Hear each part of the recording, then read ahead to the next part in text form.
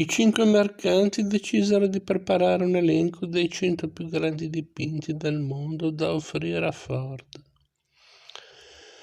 In un unico affare essi avrebbero così potuto trasformare l'uomo più ricco d'America nel più celebre collezionista d'America.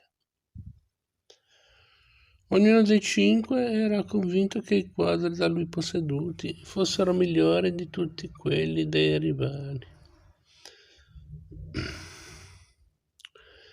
E la selezione dei 100 più grandi dipinti degenerò in una serie di tempestose discussioni. Ma alla fine i 100 quadri furono scelti. I dipinti, ognuno dei quali era accompagnato da un dotto commento, furono riprodotti in 3 stupendi volumi che i mercanti avrebbero regalato al signor Ford quale invito alla danza.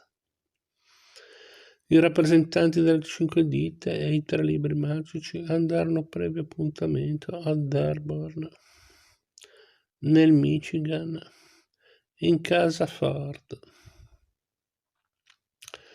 Rappresentante della ditta Fratelli Duven era come sempre lo stesso Duven.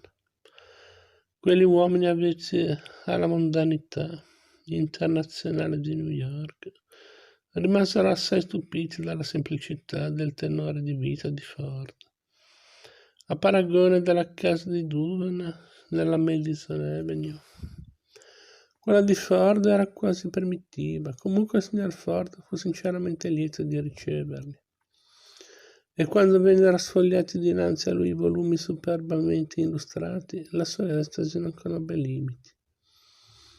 Si alzò e chiamò la signora Ford perché condividesse il suo entusiasmo. «Cara, vieni a vedere che belle pitture mi hanno portato questi signori», esclamò come più tardi ebbe a raccontare Duven. La signora Ford entrò e ammirò i libri non meno del marito.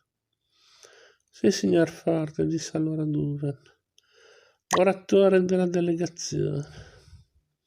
«Eravamo certi che le sarebbero piaciuti. Questi sono i quadri che riteniamo lei dovrebbe possedere». Ford oscillava fra l'ammirazione e il desiderio. «Signore», osservò poi, «libri belli come questi, con illustrazioni a colori come queste, devono costare un sacco di quattrini». «Ma, signor Ford, noi non vogliamo che lei compri questi libri», si affrettò a spiegare Duven.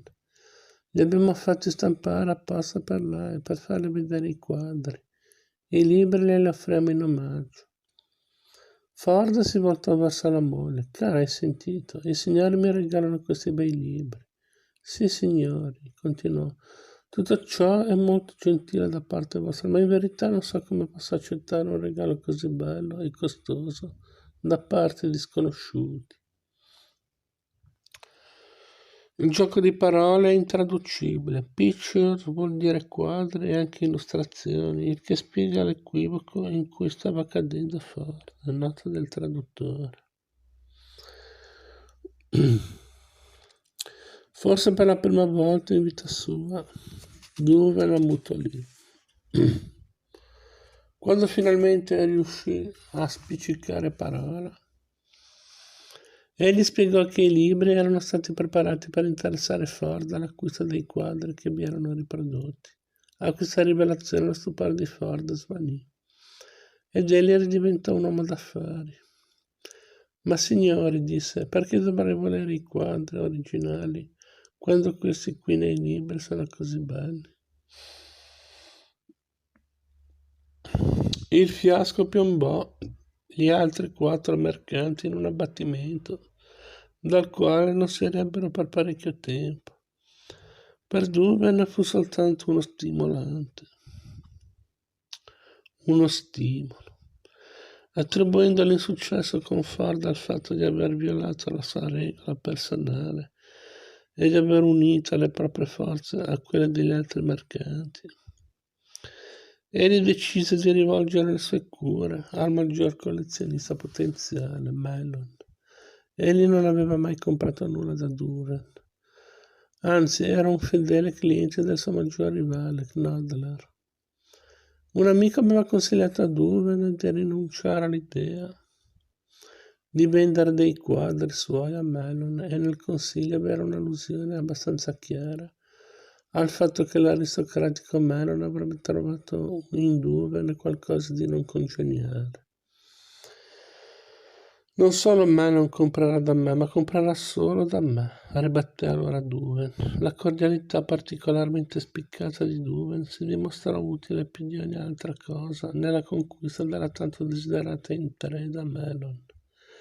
Egli portava la propria socievolezza come un'aureola e largheggiava in mance con una fede commoventissima nel sentimento della gratitudine. Era particolarmente generoso col personale di servizio dei suoi clienti, rendendosi conto del fatto che procurava un maggior lavoro alla servitù. Quando secondo lui una determinata stanza aveva bisogno di essere tirata su di tono, la riammobiliava interamente. L'appendere sui quadri richiedeva poi un cerimoniale elaboratissimo, che egli sorvegliava nei più minuti particolari. Tutto ciò voleva dire lavoro extra per la servitù e Duven la ricompensava generosamente. Un maggiordomo di una ricca casa di New York che si riempiva continuamente di quadri Duven. Prima di ritirarsi a vita privata totalizzò più di $100.000, 62.500.000 lire, in mance ricevute da Duven.